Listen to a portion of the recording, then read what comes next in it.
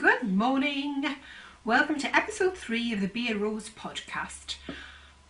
If you've been here before and you're returning, hello, and if you're new, hello as well, and thank you for stopping by. I hope you enjoy what you see and that I don't bore you so much that you're just here because you're comatose, in which case I do apologise. I try not to, but you know, it happens, doesn't it? Anyway, I've got myself a lovely cup of tea. It's Tea Pig's chai tea, which is what I send out with my yarn, so I'll be drinking with throughout to aid lubrication. Clagging me cup up, look at me nitty cup. Clagging it up with lipstick. I only wear this when I'm doing podcasts, you know. Obviously I must feel I'm a bit special when I'm on my camera. Anyway, right, I've already started off wrong. I promised myself today that instead of looking at this little monitor at the side, I would actually look at the camera. I don't know if that's going to happen, but I will try my best. And I've got a feeling that any second now the postman's going to bang on the door because I'm expecting a parcel. Work-related parcel. So there you go. I might have to leave you for a minute or two. Right, so hello again. Where can you find me? It would be great if you would come over and join the Ravelry group, which is on Ravelry. And you can find me there as Sylvie B, Sylviebea. I don't know why I can't change it to Be in Rose, but c'est la vie, I'm not that clever. So there is Sylvie B. And hello to everybody that's joined recently or that joined to start with. Hee hee, it's nice to see you. I'm sure that as time goes on, things will pick up in there a little bit and I'll do some knit-alongs and stuff once I'm organised to know how to do that. Because at the minute, it's all a bit beyond me. If you've got any ideas, let me know. Answers on a postcard, please. I'm on Instagram as B_and_rose. As I said last time, make sure you put the underscores in or I don't know what you'll find. And I'm on Facebook as B and Rose. What else? Oh, Etsy. beandrose.etsy.com. Surely there can't be anything else. That must be it. How did we cope in the days when all you had was a letterhead and none of this other stuff? Probably not very well, actually. But there you go. Never mind. Right, so I've got some whips to show you, some, quite a few unfinished objects because finishing things hasn't been my forte this past week. I put off doing the podcast. I would normally do it on a Friday, but I'm doing it on a Monday because I had this delusion that I'd be finished something to show you by now. Not happening. I'm really tense because I know when the postman bangs on the door, the dog's going to go wild and the stop... Oh, he hasn't. He's just put something through. Oh, that's a bit disappointing. Your wrap's not here then, Sally. Anyway, right.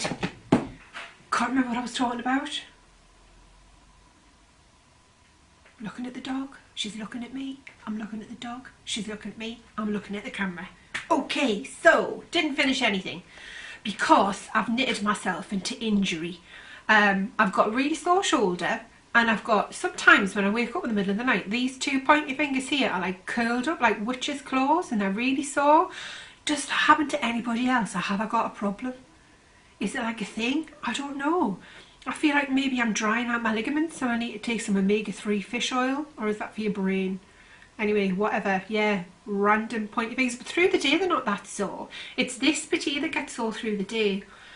I think it's because at Christmas I got my Chaya Goos, which were dead expensive, so I feel like I have to use them for every project all of the time, when in fact, although I feel like they're really comfortable to use, they change my hand position into one that creates soreness. And I'm sorry if my eyes are everywhere. I am trying to look at the red light on the top of the camera, but the monitor's there and I need the monitor there because otherwise I'm like in an empty room on my own talking at a red light. And somehow, psychologically, it feels better to be in an empty room on my own talking at myself on a video monitor. But I did watch a podcast the other week where the lady who was doing it looked at the monitor all of the time and it was quite off-putting, so I will try and look at the camera. I need to tie my eyes to the point. Right, anyway. What a waffle on. I'm going to try and save the waffle for the end, but do you know what? I need to get a bit of waffle out before I do that because this amazing thing happened the other day in terms of domesticity that you might like to know about. You know when you've got an iron and you've ironed that much polyester for that many years that the bottom of your iron is just like a claggy sheet of black thick tar, and then when you go to iron, your iron just like it doesn't move and it kills everything. Well, I ordered a new iron and it wasn't coming till Friday, and my problems arose on Monday because I had some work in last week, which involves ironing. I know. So I looked on my best pal YouTube. Two things. How do I do beading without a crochet hook? How do I clean the bottom of my iron? Paracetamol. Could not believe it. Normally I'd be just like, yeah, that's ridiculous. But I tried loads of stuff. I tried bicarbonate of soda. It didn't work because this was like industrial muckage on the bottom of my iron. So I dug out the paracetamol. It took loads, but it really worked. I got the iron really hot and kind of melted the paracetamol onto the iron plate and used an implement to spread them around, and all of the black stuff came off the iron. It's amazing. My iron now looks like new. This has thrown me into a dilemma though, because I'm thinking, headache, paracetamol removes iron muck. Headache, paracetamol, headache, paracetamol. And I think from now on I'm going to go with the headache, because if I can do that to my iron, I don't know how my kidneys have held up this long, because I do like the occasional paracetamol. I had 3 babies with 1 paracetamol each on my living room carpet. There you go, home births. Gosh, what am I doing? I'm really rambling, sorry. Back to it, Faye. Right, so use paracetamols on your iron. Possibly it is better not to inhale the stuff that comes off it. I don't know, you'll be pain free for the rest of the day, but I'm sure it could lead to some kind of overdose. I have no idea. On that note, I'm going to try really hard to stop rambling and get on with my whips, because I'm looking at the camera, you see, instead of at the monitor. This is anxiety, this is anxious chatter. At the camera. So, my whips. First of all, I'm going to show you in this little miserable bag, because it's full of all of those socks that I started and I have done nothing on. And I think apart from the long needle issue, I think part of the problem with my hands, not just overuse, because loads of people knit all the time and don't get problems, but using these teeny tiny 2.25mm to cast on all of the socks and knitting all of the socks for quite a bit of last week has douched my hands in.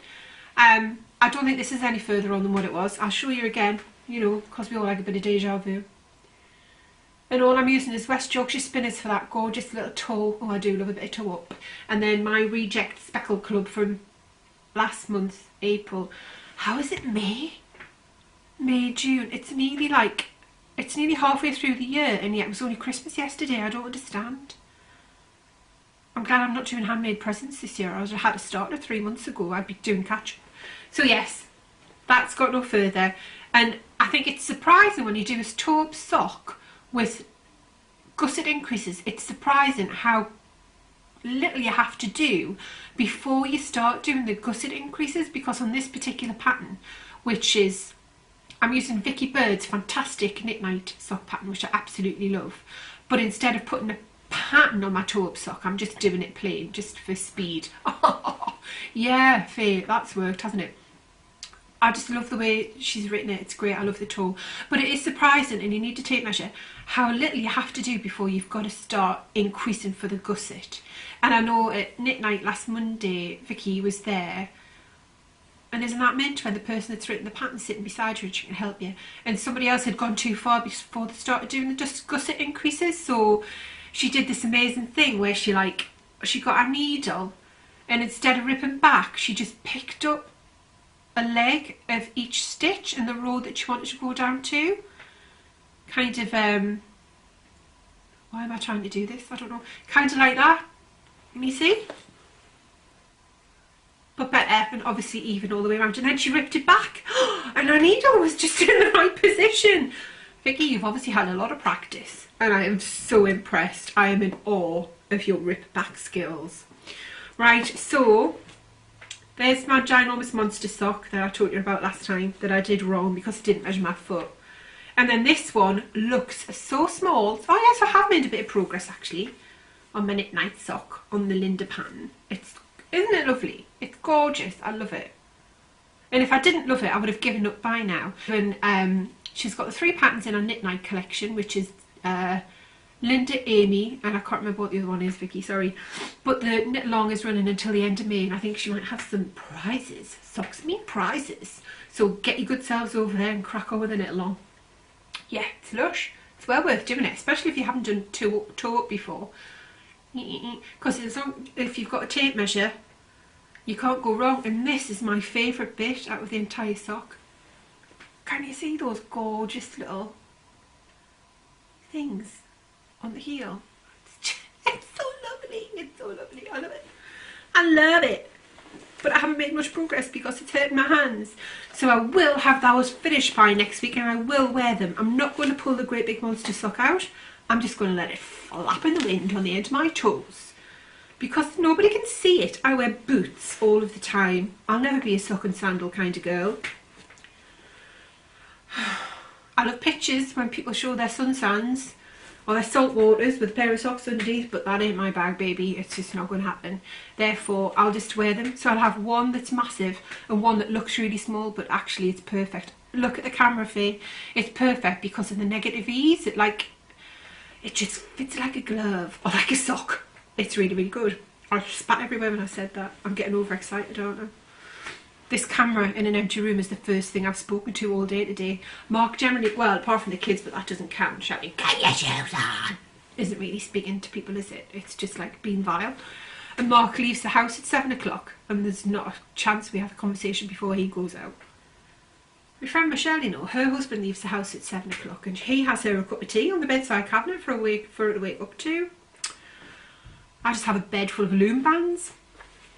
Anyway, right. And the next whip I'm going to show you is some Geisha Fancies Out brioche, because I've loved doing this. Well, I've sort of loved doing it. Oh, I was going to talk about local yarn shop day first, wasn't I? Anyway, whatever. Why make notes and not look at them? That's very sensible, Faye. Right, so check this bad boy out. It looks like some kind of sea creature at the minute, I think. Some weird thing from the depths that nobody's ever known before. But look how reversible it is. It's like properly reversible. And in between your stitches, I really like the way that in between your stitches you've got this kind of ladder that gives you a glimpse of the colours that are on the other side. It's so squishy and soft. And I look at it and I think, I've had to knit every row twice. If I was just knitting something normal, it would be twice as big by now. But because it feels so nice, and I think it's going to block out really well too, it's not, you don't feel like you're just making slow progress. You feel like you're flying. And really, it's not that bad, is it? I did that on Saturday afternoon. The weather was dire. The kids just wanted to watch ridiculous people on YouTube eat vile foods, so I let them. And I cracked on with my brioche. And then on Sunday morning, I was like, "Ugh, I need to go and see an osteopath." My shoulders had virtually stopped working. Where's the end of my shawl? There it is. Honestly, I'll never get used to this. I thought that by video number 3, I thought first of all I'd be able to look at the camera, and I thought it would be easier than what it was the first time out. It just gets harder. I don't know why. It just feels a little bit more tricky. Do you know what I mean? Right.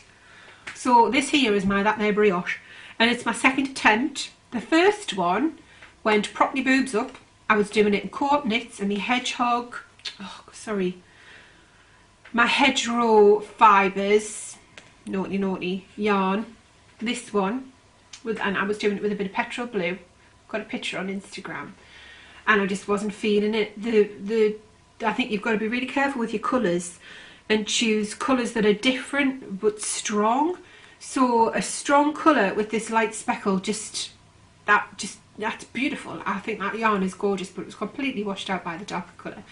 Anyway, I took it with me to knit group last Tuesday, thinking I was like dead clever, until I completely ballsed it up, took it home and had to pull it all out. Because the thing with this bad boy is it's just like, it's very unforgiving, so it's easy to do. I thought it would be really complicated, really hard, and it'd just do me head in. However, oh, that's better. However, so long as you know your front from your back, and I love these little bulk clips for that. I think they're dead cute. I like when you buy higher needles and you get a free stitch marker. So even though I'm spending like loads of money on a pair of knitting needles, I'm quite happy to do it because I get a free thing that's worth about a penny. It's the way it goes though, isn't it? Yeah, oh, I made a mistake, never mind. So as long as you know your front and your back, and your light yarn and your dark yarn, or your speckled and your plain, whatever it is that you're using, then you can just do it really. So I know here that I need to start, both of my yarns are hanging at the nitty end and I'm on the right side, so I need to start with my dark colour yarn and I need to do a line of knit stitches, and then I know after I've done that I push it back and I do a line of purl stitches. But if you're going to start with your brioche, download a Stephen West pattern. I'm sure there are others out there that are absolutely fantastic, but I just have such faith in his patterns because they're so easy to follow. He does it like an idiot's guide, so his pattern is multiple pages long usually, but every single line is written out. He doesn't necessarily give you a stitch count of what it should be at the end of each line because it doesn't necessarily matter, so long as you're in, you know, so long as your bits and bobs are straight, you know. So I mean, so long as there's these bits here, these spine bits aren't just ridiculously wonky, then it doesn't matter. It doesn't matter if they are. Oh, I don't know, it's up to you, isn't it?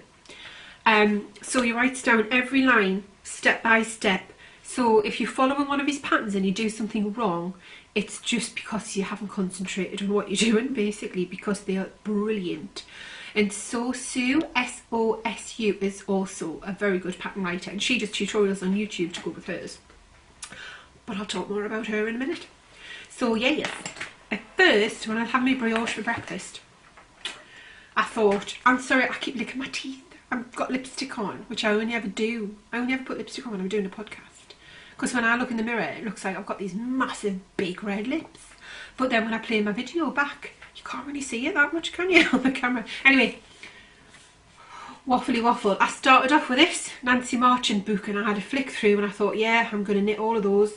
Takes about a week. I'm going to do the lot. Bring it on. Couldn't even get the cast on right. She uses the 2-colour Italian cast on, which is fab and I love it, and it's easy. There's loads of YouTube tutorials. You just like, well, it's not easy, but it's alright. You like swing your yarn, and I like doing that. Quite relaxing. But I couldn't get away with it because it was different to how it was in my head, and the two just weren't adding up really. So I thought, yeah, I'm going to start with the Stephen West pattern because I know that I love them. But look at the lovely picture in the back, and you see how she's kind of mingled speckles and solids, and she's got mohair in there. So I am looking forward to start this, and those colours, oh, they're just divine, darling.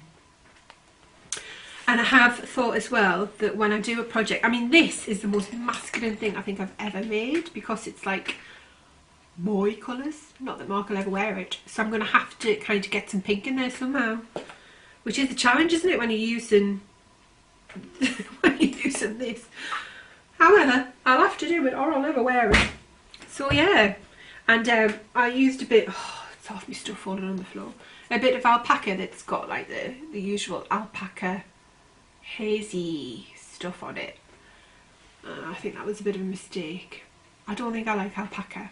I think I like feeling it in a skein, but it's just quite, this is, no, it's not Suri alpaca. I just think it feels quite dense and quite heavy, and it's always really warm, which is great for the alpacas, but I prefer lighter things, I think.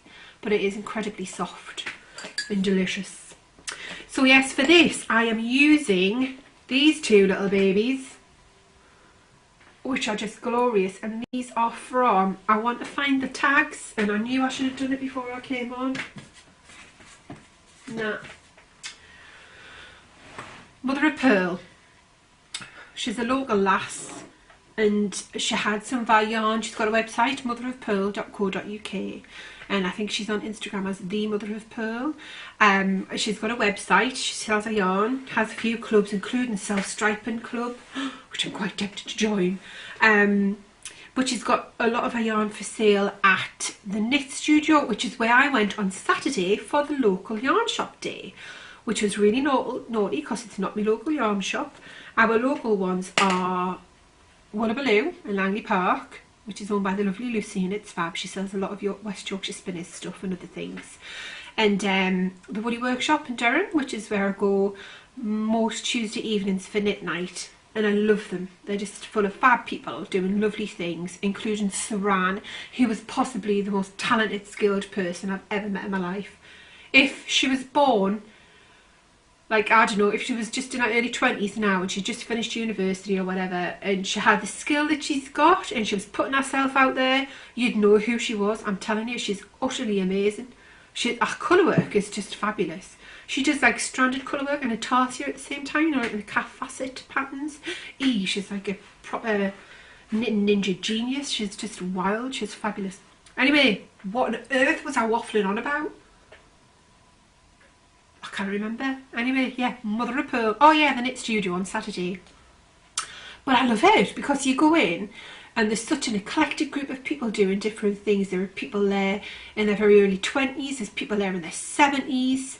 There was a lady came in from America. She's an archaeologist and she works in Iceland most of the year, and she looks at what they used for fuel when there weren't any trees, because they chopped down all of the trees. So she's like looking at burning bones and things. I mean, come on, that's fab, isn't it? She's just started to do her PhD. And then I met May, who was just glorious. Hello if you're watching. And Claire, who bought some of my yarn called Wisteria and Sunshine. And the reason that she liked it and that she bought it was because she knew that I'd named it after a film called Enchanted April, which is one of my favourite films, and it's also a book by Elizabeth von Arnim. And if you haven't read it and if you haven't watched it, then you have a fault. Crack on, get on with it. So this is going out to Claire today in the post. Hello Claire, if you're watching. And it does feel a bit bizarre to come away from a knitting shop having a couple of orders. However, I guess that's just the way it goes, isn't it? So yes, I digress once again. So I've got these lovely skeins, and this is beautiful. It's Jacob, it's not even merino, and it's double knitting, and it's just fab. And if I could knit with this all of the time instead of merino, I think I would. It feels like it's going to not pill as much, it's going to be harder wearing, it's probably got a longer staple. And I know I've spun Jacob before, and the Jacob that I spun didn't feel like this. This is like creamy, buttery soft. It's gorgeous. I think she made an excellent choice with that as a base for a double knitting yarn. But I think she had some merino as well. And the way it's taken the dye is just perfect for the brioche because it looks like fire. And I think the orange one is called burnt orange. Goodness knows what the grey one's called. I'll put it in my show notes at the end though. So yes, I'm using those. That's what I've got at the top. And then I've got this random little monkey here that I bought ages ago. Now I have no idea what this is. I bought it from Bee Inspired Fibres in Edinburgh. It's probably the most expensive yarn I've ever bought. I think it was about £25–26 for 150 grams. But it is 150 grams, it's not 100 grams.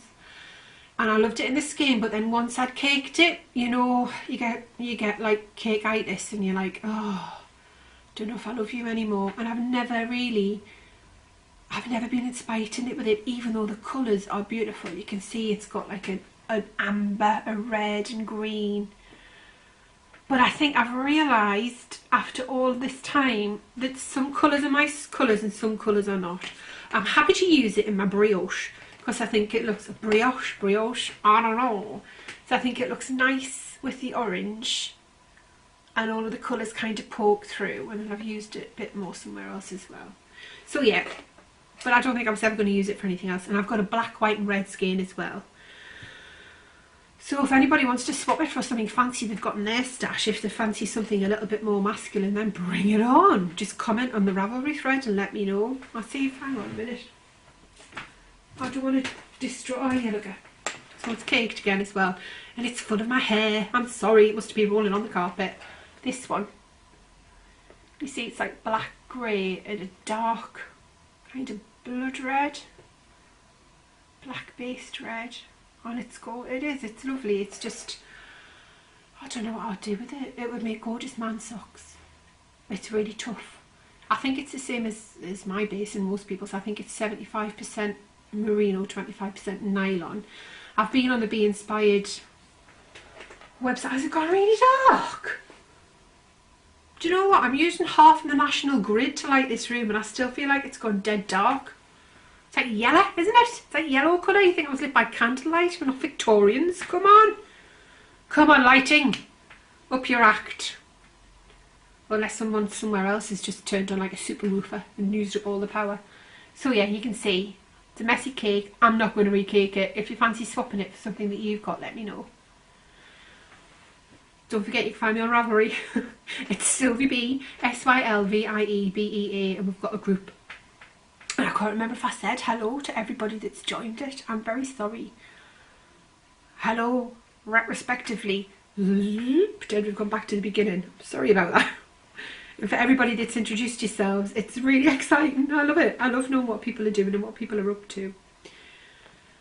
Do you know what as well? I'd love it if you could tell me, if you can learn, if you remember how a way you learned how to knit, because I haven't got a clue. I know that when I was a kid, my mother was always knitting, and I think I've said before, we were poor, council house in Burnhope, which was an ex-pit village, and she never had any money, ever, like, anyway, whatever. So she would just knit in acrylic, but she was a prolific knitter, unless she was on commission. So she would knit these fantastic jumpers or sweaters for the Edinburgh Woolen Mill, which I'm presuming were hand knit commissions for rich people. And she'd get paid like, I don't know, 50 pence or something for putting hours and hours into these beautiful hand knit stranded colourwork sweaters, or Fair Isle, I guess it was 2 colours in every row. And she was just immense. I mean, she could never have knitted anything like that for herself, and I feel a bit sad about that. Ooh, but never mind. She was just so skilled. She was like my friend Saran that I mentioned from the knitting group. She could do anything and everything she wanted. At least I think she could. However, I feel that my mother's agenda was that if she tried something and she couldn't do it, she just didn't do it at all. So maybe I only ever saw the things that through experience she knew she could do. Cheeky little monkey. So yeah, I can't remember. I think I probably learned to knit by sitting with the old ladies at the street. Because when I was a kid, I didn't really hang out with other kids. I liked old people, like properly pensioner old people, 70s, 80s. Don't know why. Must have had a better conversation. Maybe that's why I'm now quite happy sitting in my living room talking to a camera. And if nobody's watching this, I am just speaking into a void. Gosh, that's crackers. Right, so I've shown you that. What else have I got? Oh, and I bought some sock blanks, and I've dyed one, and I'm about to cast on, as soon as I've stopped feeling sore and irritated, the Fuss Free Festival shawl, which is a Louise Tilbrook pattern. And look at this, Bobby Dazzler. They're really long, these sock blanks, so you can get loads of colour in them, which is quite exciting. What I think I should probably have done is looked at the pattern and then dyed this and had like a little bit of colour at the beginning where the scarf, because the scarf's kind of that shape. Yeah, is that working? Like that? So you've got like a bit at the top which is quite small and then it gets bigger, so I should have kind of angled my stripes towards that, but what? Who can be bothered? That's, you know, that's hindsight for you, and it can stay there, I think. Sorry, I think I just spat all down my face. I do apologise. So yeah, I'm going to cast on that. And Louise has got a lovely Facebook group called Hi. Walk past and looking at my lighting. Everyday Knitter, which is worth joining because there's some really fun stuff going on in there. It's not all acrylic blankets. There's some cool, lovely things. And I think that's something that I really liked about the Knit Studio on Saturday as well. There were so many different things. The Mother of Pearl lady came in and she was wearing a Stephen West doodly that she'd knitted and some gorgeous yarn. And then the Iceland, the American lady who was doing a PhD on Icelandic fuel, which is definitely not what the title was. She was wearing the Hohi Lactelli worsted boxy sweater. It's like, yeah, hello! It was lovely. Right, I'll get them out of the way. I'll have another bit of tea. I bet it's cold. Certainly is. Knitted muck, you may fit the brief, but you're not very warm. You need something insulated.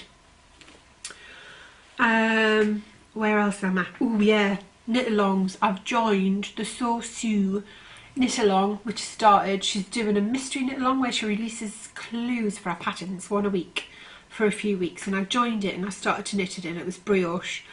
But the colours, oh, I can't get my colours right. So I'll go and have a look at it on Ravelry and see if you think these colours are going to work. So I've got like this ginger one, which is from the Ginger Twist Studio in Edinburgh, and I think it's yak and it's lovely. A single silk, that's one of mine, like a turquoisey colour. And then I'm determined to use this blooming hedgerow fibres, hedgerow yarns, but it's just, yeah, I'd be so embarrassed if I keep saying that wrong. It's just, it's got these two colours are in this colour, but I don't know if I've got enough contrast, which is a bit worrying because I feel like I should know how to do colours by now. So anyway, I've joined that and I did try to cast on, but like I say, after my Westathon on Saturday, I was a little bit achy, so I've had to just kind of calm down a bit. But what I am doing, has anybody else joined the Curious Handmade Shawl Society 2 knit along? Oh, Helen Stewart. I always want to call her Martha Stewart. I don't really know who Martha Stewart is, but it feels like it just trips off the tongue. Anyway, yeah, a bit more hair as well. It's not more hair, it's alpaca. She did the Shawl Society knit along maybe last year, and then released the patterns on bulk when the knit along was finished, and I just regretted not doing it because the scarves were beautiful. So she's doing another one. It's just started. I purchased one pattern a month for 6 months, so I believe, and various people are doing knit alongs with privates. Oof, it's a bit risky, isn't it? With prizes. And here is mine. When I decided to join the knit along at the last minute, as per usual, I thought, oh, I need to panic dye some darn. Some darn. I can't speak anymore. Maybe I need to cut this and start again in 5 minutes once I've got a relaxed tongue. Maybe not. I panic dyed some yarn, and luckily I had some stellina in the utility room, which is where I keep all my undyed stuff. So I gave it a soak and hide a few speckles on, and I think it's come out champion. I'm doing the medium sized shawl. The first shawl is called the Fairy Hill Shawl, and it's a challenge for me because it uses beads, but in other ways it's not a challenge. It's really lovely, it's quite relaxing. You know, I think our patterns are written up so beautifully. Again, they're like Stephen West, you get a lot of bits of paper, but essentially she has kind of a grid, and you've got your instructions down one side and the stitch count at the end of every row on the other side, which I think is invaluable. I love that because it means that you can keep all of your lace work in order, and I never have the right amount of stitches. So every row that I do before a lace row is inevitably wrong, but I can readjust. I can knit two together, or I can add a couple in, you know. What's it called? Heath Robinson, I think that's what it's called when you just fudge things, isn't it? Yeah. But nobody's going to know, and it's just for me, so who cares? I just want to do it. If I spent all day pulling stuff out, I'd never get anything done. Hence why I haven't really got that much done last week, because of the amount of stuff that I've pulled out. Which is why I'm filming this on a Monday instead of a Friday, in the hopes I will have more done. Right, anyway, waffle. So here you go. This is my attempt. Oops, there's the top. You can see the lovely increases along the top.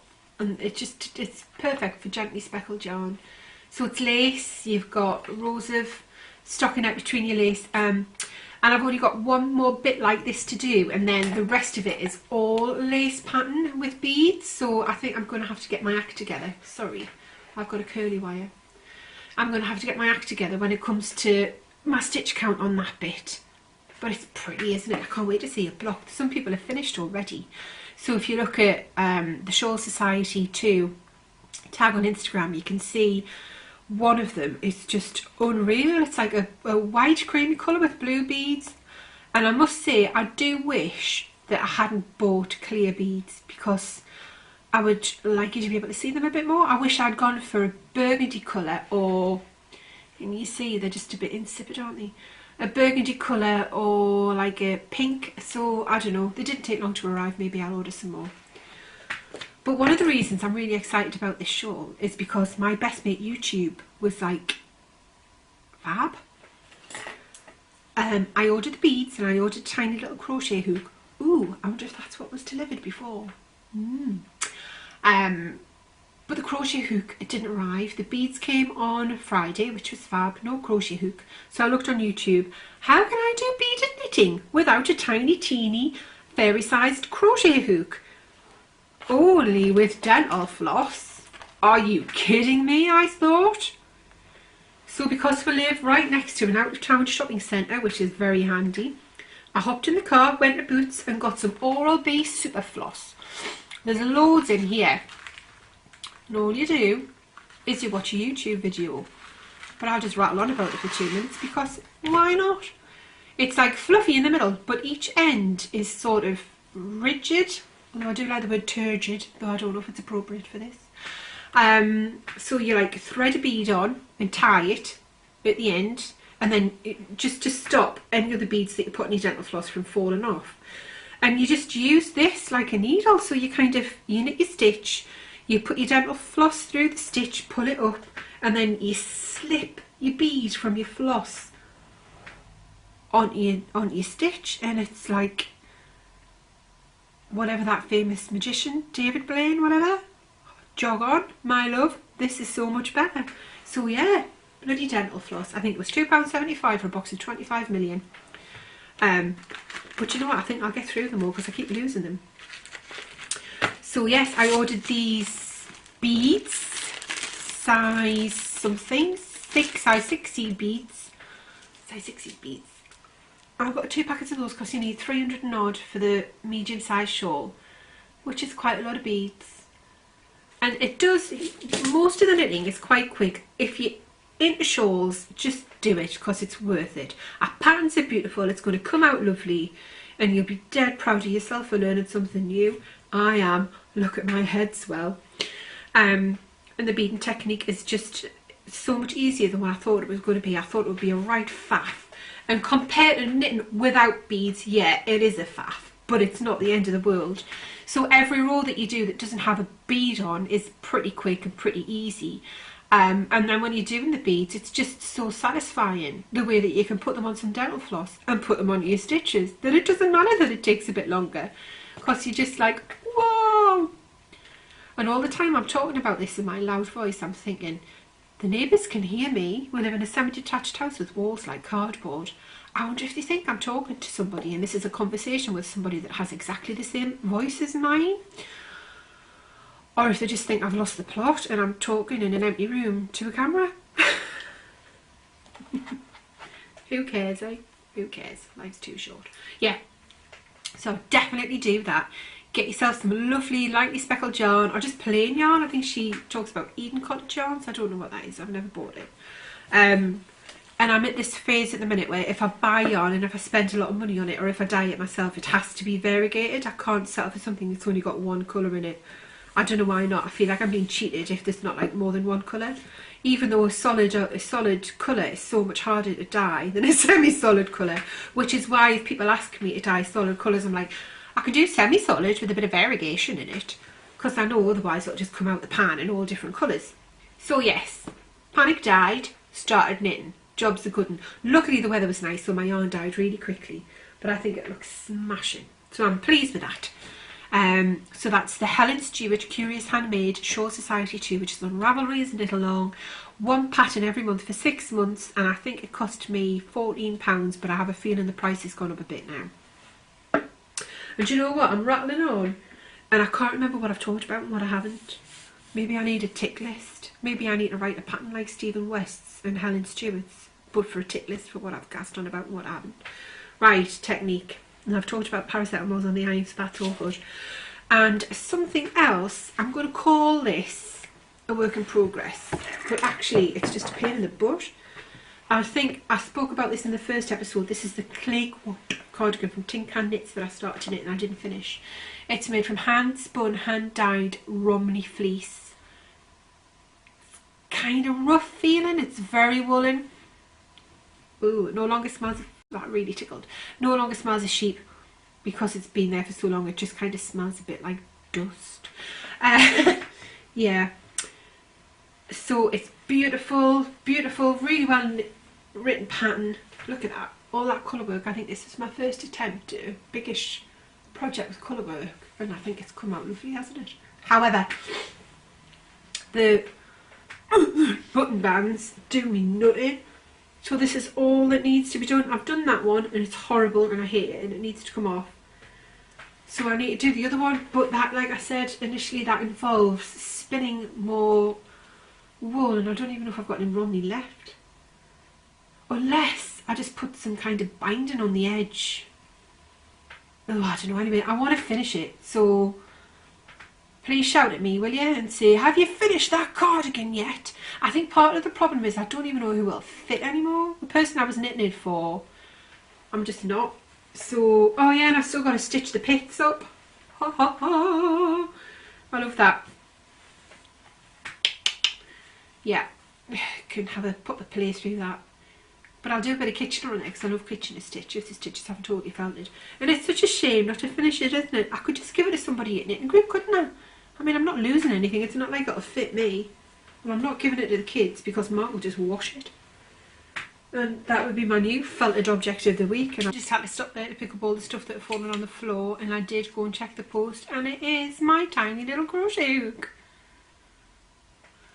I think I might just keep beating with dental floss though, because it's such a fabulous novelty. Anyway, I'll give it a try and I'll let you know which one I think is easier. Right, so that was it for works in progress. As for finished objects, there are very few. Oh no, it's not! Oh, how awful, sorry. My last but least is this gorgeous thing that I love. I think it's a bit sad though, really, because I read somebody's post on Instagram to say that Eleanor Nodal, who's the lady that wrote this pattern, has got very aggressive cancer, and it's not looking good, but she's going to go for a round of chemo that can hopefully shrink the cancer enough for it to be operable. But that's kind of where she's at with that, which is pretty terrible and tragic. She's got a husband and children. So go to Ravelry, buy all of the patterns, help support them financially through what is going to be a really, really rough time. And you'll love the patterns anyway. So this is Eleanor Nodal's Touch the Sky cardigan, which is coming on alright. I'd only just started it last time, so I have done quite a bit. But I made the mistake of taking it with me on Saturday. And I made the mistake of making a mistake, so I'm going to have to backwards knit, negative knitting for about 2 rows until I know where I'm at again. It's really easy but really effective the way that the yarn overs kind of fan out from that middle point. So as long as you've got your stitch markers in the right place, you can't go wrong. It's a 4-row pattern, I think. My favourite bit is the way that can you see the increases for the sleeve here? It's just so pretty and effective. I love it. The way it lines up against the garters, the stockinette, in a different direction. It's really lovely. And Sylvie likes it, and it's for Sylvie, because she didn't get the Breathing Bee sweater because it didn't fit her. So give it a try. She's got loads of patterns though, and I hadn't seen any of them until I checked out this one. And then, like I say, I saw somebody else was knitting it and they put the post up about how she wasn't very well. So yeah, come on guys, let's get it on the boil, buy all the patterns. Yep, and this is knitted using, I showed you last week, oh, where's the camera? One of my speckles that can be dyed to order. It's not in the shop at the minute, because I didn't take any photographs, I just cast on. Right, so that's that one, and it's absolutely beautiful, as are most of her patterns that I've seen so far. So yeah, it's just a shame that there's a sad story attached to it, isn't it? Do you know what, my feet are freezing. I opened the back door because I got a bit hot, and now I'm frozen, typical. Right, finished objects. I did say that if I didn't have anything to show you, I'd dig deep into my stash full bin of finished objects and pull out random things. Random thing number 1 is a doodler. I didn't do this very long ago because it's my own hand dyed yarn. Check that out. Look at that bad boy, isn't that lovely? There's a close-up. Mr. DeMille, I'm ready for my close-up. Oh, is it there? Speckliness and curviness, and again, it's so easy. So Sarah, if you're watching this and if you're looking for a pattern, Stephen West is mint. They come out so effective. He uses short row shaping and gives it, oh, there's a great big hole in it. Which child's been chewing my scarf? I have to stitch that up. It's not what you want to happen, is it? So you use a short row shaping, which gives you these beautiful wedges and allows you to introduce new colours and play with colour. And then this bit here, this was the trickiest part, and it's not tricky at all. Can you see or not? I don't know if you can in this yarn, but it's like a massive cable. I think it was about a 10 stitch cable along the top. And then it's just a really simple technique, feather and fanning along the bottom, which gives you the lovely shape. But I think he says that part of his objective is to write and publish beautiful patterns that are easy to knit, that just use like everyday knitting. And he's so clever, isn't he? His patterns are fab. Right, so that's that one. And then this is just totally random and something that I made up out of the top of my head because I thought, why not? I checked out on Ravelry or whatever how you get the shaping to do a crescent shaped shawl, because I thought, I'm gonna write loads of patterns. So I just banged some wool on the needles and did a few short rows. Don't know if you can even see them or if I'll ever get to the end of it, so that one side's different to the other, and I just knitted up whatever I could find, and it's really nice. I love wearing it, but that's that.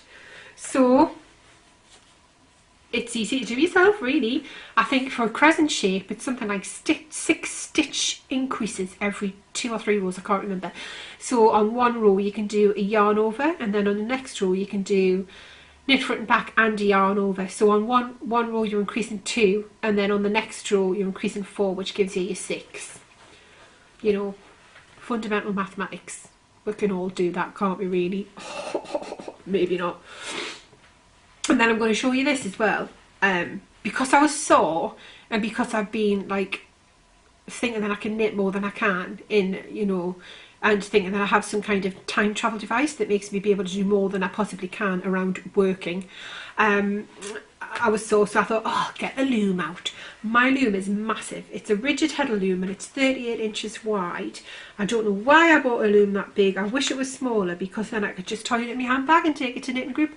But no, I had to buy the massive one, didn't I? And I've had it for ages, and I think this is only the 3rd time I've ever warped it. The 2nd time was possibly Sunday morning. So I warped it, I started to weave, and I thought, that's minging, cut it all off, scrapped it. And this one I warped using one of my favourite speckly double knitting yarns. You can't even see it. It's kind of a waste of time. And then I used the alpaca. Can you remember I told you that I'd bought some the loft alpaca from I can't remember.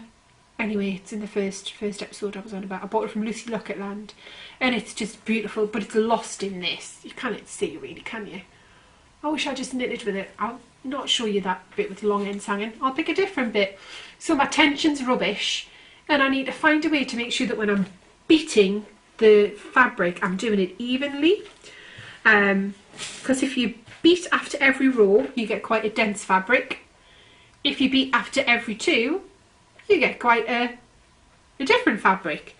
Got to keep it consistent, Faye. Then again, Sylvie did do some of it, so maybe I'll just blame her for the clumpy bits. And because she's done some of it, maybe she'll wear this. I don't want to waste it, because the alpaca was like £17, and when you've paid a fair bit for 100 grams of yarn, you don't want it just not to do anything. And there's not a cat and house chance I'm going to pull it out, but it is quite pretty, I suppose. And oh, hang on.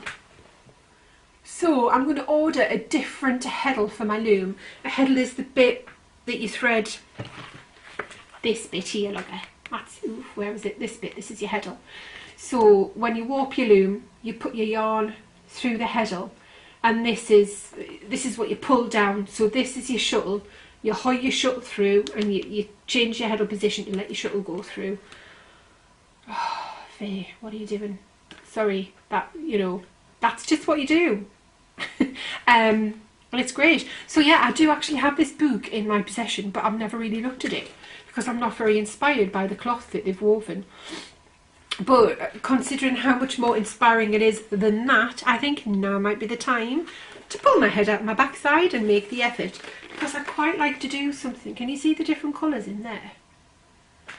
So I have to work on my warp, and I need to understand how the weft relates to the warp, because the fabric that I've had woven has been woven in a factory on a jacquard loom, and all of the warps have been cream, so it hasn't even been an issue. So I really do need to get my head around that, and I want to make all of the pretty things, and no doubt I'll chop it all up and put zips in and make it into bags, because that seems to be the thing to do nowadays, doesn't it? Right, so that, I'm going to count that as a finished object, and I think that's it, isn't it? Yep. Just have a little drink of cold tea. Ugh. Ah, acquisitions. I haven't bought that much, but I have bought enough. I've already told you about the mother of pearl yarn. She charges really good prices for her yarn as well, so she's definitely worth checking out. And also I bought a random skein of orange. I haven't got any orange dye, I haven't got any orange yarn, but everything I see seems to have a pop of orange in it, and it just seems to really lighten it and make it even more beautiful. So, for example, so I thought I have to have me some orange, so I bought this. It's only 50 grams, 210 metres, reinforcement yarn. Oh, I don't know what that means. 75% wool, 25% nylon, so it's the same as my normal base, so it'll go perfectly. It's the same as the Co-op Knits base as well, same fibre content anyway, it's probably spun a bit differently, so it'll go lovely. There you go. It's not particularly inspiring when you say it like that, is it? So hopefully I'll be able to knit it into something rather lovely. And there's like orangey speckles in that, and I am so determined to use this. I have to use it, I've got two. And this I bought from the Knit Studio once again, and it's just divine. This is a Manos yarn. No idea what else it's going to be because I've lost the tag. I do know that it's a single ply lace weight yarn because I can see. It's 100% merino, and from what I remember, it was 800 metres, 200 grams, and it's not superwash, because it's already starting to stick together a little bit. So whatever I make out of this, I'm going to have to be careful. I fiddled with it loads, and that's why it started to felt. The colours are lovely. It's like, you know, when you find seashells on the beach and you pick them up, and inside it's like iridescent hues of loveliness. Yes, kind of like one of them. So I won't knit it into a giant shell. I think I'm going to keep it for next month's Shaw Society pattern, and just hope that it's something as ethereal and beautiful as the Fairy Hill pattern. And I might actually knit it, oh look at that, I might knit it hand in hand with my Cumulus by Fibre Spades, which is kind of like a fake mohair. It's a lot cheaper than the Kid Silkies, that's for sure. It's alpaca, Suri alpaca, which I think is quite a long staple yarn, so, and it's lovely and fluffy. I've got a bag of it in the cupboard that I bought at Yarndale, not last year, the year before, that I was meant to spin, and I just never have. And it's a bit sad as well because the alpaca was there that it came up.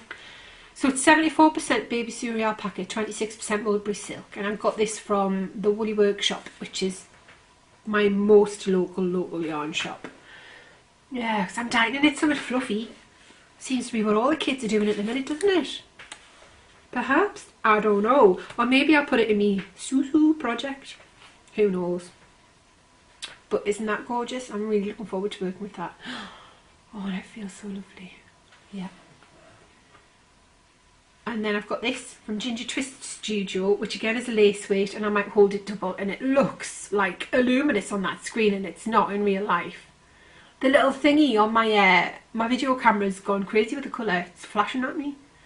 Bang it in, Mr. Camera. So yeah, that's lace weight, cobweb lace weight, and it's a 2-ply yarn. So I don't know what to turn that into.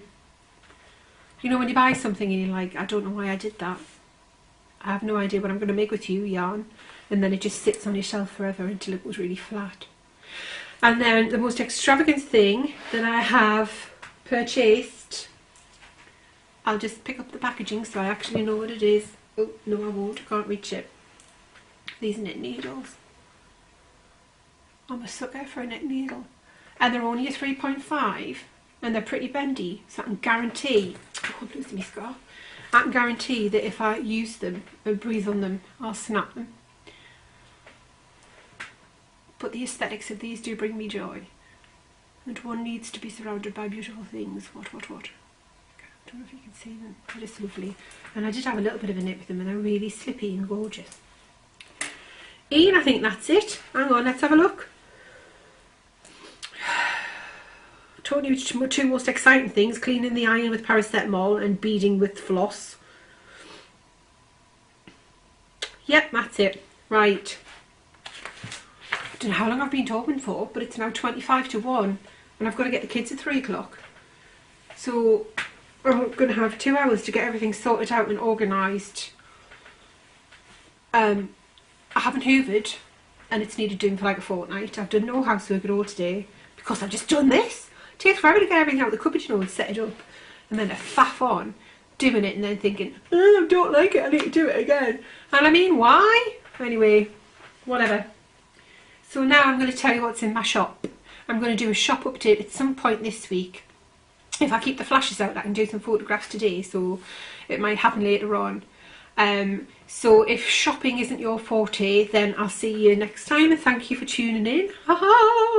Come and join us on the Ravelry group and say hello. Yeah, okay. Right, I said on Instagram and Etsy I've got a new club called Katie. I said last week as well, didn't I, on the podcast? So that's ongoing, where I dye yarn in line with one of Katie's adventures. She goes around all of the galleries and looks at all the famous paints. So you've got like Monet, the sunflowers and all of that jazz. So I've got some of that to dye for this month. I've got a Speckles club and a sock club, but really the sock club is just a standard variegated yarn club. Sometimes it'll have some speckles in it, sometimes it won't. And then I've got a gradient club, which is done on a cake, gradient cake, nom nom. And new to me this week, I went over to Lucy Locketland on Thursday with a delivery of sock blanks and other yarns. Oh, check these out, they're just fab, but they're really long. So when you're doing a grad on them, you've got to really know what you're going to do to make sure you can get all the colours in there. Oh, everything's back to front on my monitor, it's so bizarre. So this one's going from a dark purple to a pink, to a brighter pink, to a blue, then to a kingfisher, and then this gorgeous like peacock blue at the end, which is kingfisher mixed with a little bit of black, which I love. That's custom order. I've shown you mine that I'm going to use for the Fuss Free Festival shawl. And this is another custom order that's meant to be inspired by the colours of hydrangeas, but I don't know, I might do it again. I'll show the lady that it's for tonight because I might see her. Purple to a blue colour with a big splodge on it. Needs more splodges. And then pinky colours. I think it might need to be a bit more gentle. So what I think I'm going to do with this is put some kingfishery kind of speckly splodges on it and put it in the shop. It's 25% silk, 75% merino. It's finger and weight yarn, but it's an 8-ply yarn, so it's strong, and there's 400 metres per sock blank, so you can get a good shawl out of that. And it'll look lovely in a crescent shawl, wouldn't it, with the colours bleeding down it. And then this one again is custom order. I'm just showing you because then you can see that I can do custom order sock blanks basically. And this one goes from like a blacky grey, charcoal grey, to a lighter, to like a gunmetal grey, and then it ends with the cream. Lovely, lovely shawl for War Lillian. And this is, I did this in a brown dye and it just looks really dull, so I went over it again. I added a bit of red to the dye mix to make it more like a chestnut brown, so you've got really dark, rich colour. It's gorgeous. Lighter colour, then cream, and I put some speckles at the end just to blend it all together. So yes, I've got sock blanks. I've got some of those in stock which can be custom dyed, but I am just going to have some fun as well and put some of those in the shop update for whenever that'll be. I've got 2 of these little babies on silk, but they can be dyed to order, and this is called Juliet. That's the colourway, and that's what I've made the Ellen and Odell cardigan out of as well. And the Ellen and Odell is 25% merino, 75, no it's not, 25%, can you imagine how scratchy that would be? It'd be strong. 25% nylon, 75% merino, but this is 30% silk, 70% merino singles yarn. Looks a bit different, doesn't it, on a different kind of base. And this here, I don't know what this is really, I just put it in the pot and waited to see what came out, and I really love it. I think it'd make a gorgeous sweater or a scarf. Oh hello. See all the different colours in there, isn't that lovely? And this is called Lady Godiva. I don't know why, because it's anything but naked. Yeah. And this is on 30% silk, 70% merino, and they are singles yarn, which is so nice to knit with, and it blocks up beautifully, and it's just perfect for shawls. Lovely, lovely, lovely. And these two little cheeky monkeys here. My skeins are really messy. I tidied them up a bit before I put them in the shop for the photographs. And I'm trying to find, oh yeah, there, look. With my grey dye, I use landscape dyes that I buy from Wing & Woolworks. And they're ready mixed dyes. And you can see that bit of rust colour on the end there. The grey dye often splits, and the grey is obviously made up of different particles of different colours. And I love the way that it splits, and I love that rust colour. So you get that every now and again in anything that I do that's grey, because it just seems to be impossible to mix it properly. One thing about the landscape dyes, they're really difficult to mix. Other dyes are better. Hot water works and a good shake, but I haven't always got something to shake them in. So these two haven't got a name yet. I think I might call it Druridge Bay, because I love that place and I love that yarn. Yeah, Druridge Bay. And these ones are called Lady Caroline. And it's like a turquoisey aqua undertone with blood red speckles, black speckles and mustard speckles, and this is one of a kind. Because I didn't make any notes, I haven't got a clue how I did it. Therefore I will never ever be able to do it again. And that's it. I think that's all, folks. Yeah, so if you've liked what you've seen, please subscribe and give me a thumbs up, and come and join us on Ravelry. It would be lovely to see you. Introduce yourself, say hello, and if you've got any ideas for a knit along, or if if you want to suggest something to do for a knit along or whatever. Look, I'm tidying up as I'm speaking. You can tell I'm a mum, can't you? Just say, and we'll see if I can work something out, and that would be great. Bye. Have a lovely day.